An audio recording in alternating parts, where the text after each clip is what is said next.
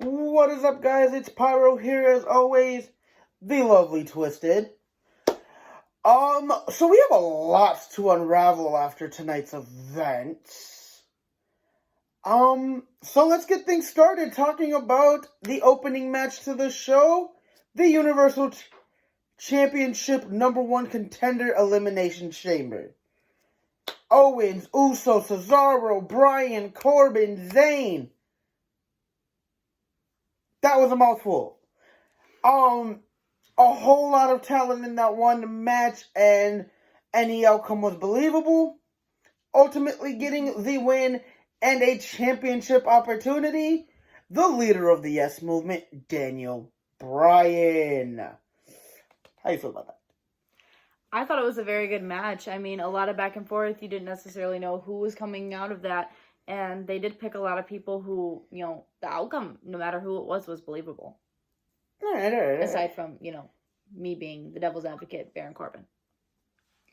I can't stand. You're not wrong. But congratulations to Daniel Bryan. My pick was Cesaro to win it. I figured you're starting to push him and build him. Like, why not give him the moment? But congratulations to Daniel Bryan. Fantastic match all around. Definitely didn't disappoint. And he was in since the beginning, so, they really showed his resilience. Oh, yeah. Mm-hmm. Although everybody who's watched WWE knows he has a ton of it, it just showed it and proved it even more, so.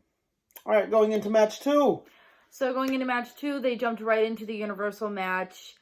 So Roman Reigns came out and started the match with Daniel Bryan.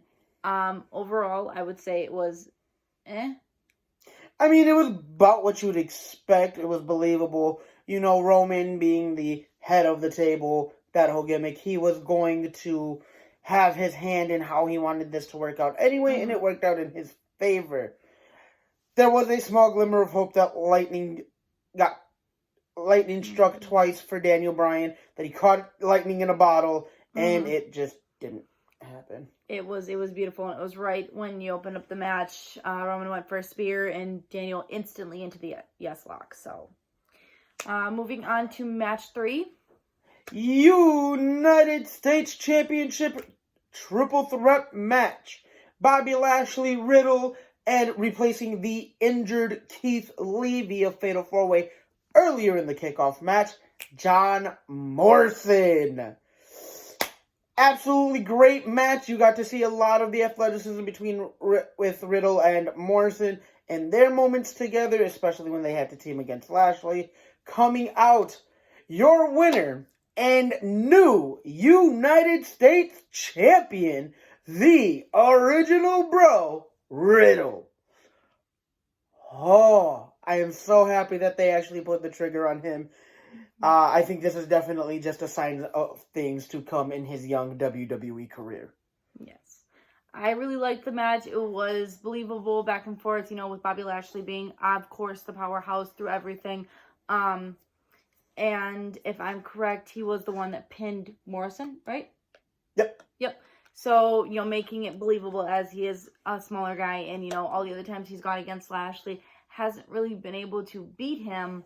So him pinning Morrison after Lashley had done pretty much most of the damage was believable entirely.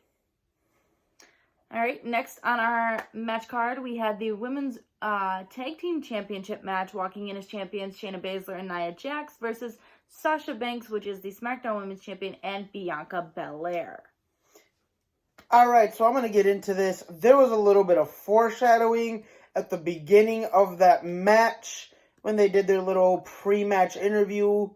And, you saw Reginald talking about, oh, yeah, let's get a bottle of champagne to celebrate your victory tonight. And Bianca's only reaction was, yeah, we can celebrate my decision, too. And just staring daggers at Sasha Banks. If that doesn't tell you Bianca's coming for you, for the boss, I don't know what does. Coming out with the victory, though, was Shayna and Nia. I mean, I would say it's because Reginald got involved, but he didn't necessarily. he kind of got involved with trying to help. So, I mean, I guess, and unfortunately it just didn't work. I will state it was also kind of believable to have Baszler and Nia Jax pick up the win, especially, Bianca's moment. Bianca still has a decision to make going into Mania. Yes. Like, this is, there you go. Yeah, entirely. Just to state, after that match, we assumed that we were going to be seeing the Raw Women's Championship match, which was told multiple times to be on the card tonight, but the kickoff show, continuous advertisements, especially on the kickoff show. Oh yeah, so who's gonna be the next challenger for Asuka? Because Lacey Evans can't do it because she's pregnant. So where's my title match? There ended up not being one. Hopefully there is one tomorrow on Monday night. The disrespect is real. They could have said something. They could have, yes. They could have said something. So to finish out the night, we had the WWE Elimination Chamber match. Coming in at champion, Drew McIntyre, and the one requirement for this match was you had to be a former WWE champion. So, you had Jeff Hardy, AJ Styles, Sheamus, Kofi Kingston, and Randy Orton. This match got real intense real quick. We're starting it off with Orton and Hardy, just because of the history and bad blood they've had over the many years that they have worked together. Yes. Super picked up even more as soon as McIntyre was the next one released. The next one released, and he was lighting everybody up left and right and just showcasing why he was champion. Brought in Kofi at number 4. Quick elimination to Orton. I'm thinking, Kofi Mania is going to repeat. Kofi Mania is going to repeat. He made it through to the final 3 he made it final 4. Yes. And then, unfortunately, was eliminated. However, he did impress and show why he definitely deserved that spot. So after Kofi Kingston was released and he had pinned Randy Orton hit not only him but Jeff Hardy with an RKO, and AJ Styles had his bodyguard Omos, as however they want to say, because they say jumbled. Exactly. He had him rip the back plexiglass to release him from the chamber to walk around to the front where Randy Orton was being escorted out as he had been eliminated to get into the match. And then then we were just waiting. Banned from ringside by Adam Pearce. Into which, after that, we were just waiting for the countdown for Sheamus to come out. Because you knew that was going to be a very physical battle. And it did not disappoint. Picking up the win, obviously, retaining his championship, Drew McIntyre, after the bro kick to McIntyre, and this was a really great series of events. Bro kick to McIntyre, phenomenal forearm to Sheamus to eliminate Sheamus. Sets up for another phenomenal forearm for Drew to Claymore him clean out of the air. That was beautiful. Yes, it was. However, after the match, Bobby Lashley from the Hurt Business came out, as we had seen earlier in the show. I believe leading up to the U.S. Championship match, actually after it. I think it was leading up to the WWE title match. Was it? In the chamber. I think it was like the small snippet you see Miz and MVP talking out whatever.